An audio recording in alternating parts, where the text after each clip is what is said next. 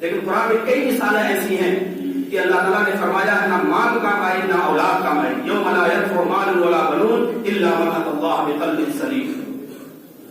ما اغنى عني مالیا هلك عني سلطانیہ. قیامت کے دن انسان کہے گا نہ مال نے مجھے بچایا اور میرا جو چاہے اقتدار تھا وہ بھی غائب ہو گیا.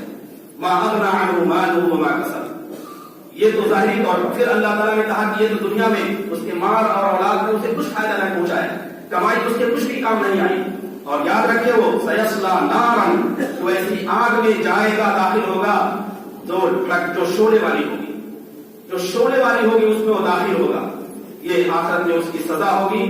وامرأته حمالة الحطب, اور اس کی بیوی جو لکڑیاں چن چن کے لاتی تھی اس کا بھی حشر ہوگا. اللہ تعالیٰ اس کے گلے میں ایک ایسی رسی ڈالیں گے جو اس کی ذلت کی اور اس کی ناکامی کی علامت ہوگی. یہ ایک صورت ہے جو مختصر سی ہے.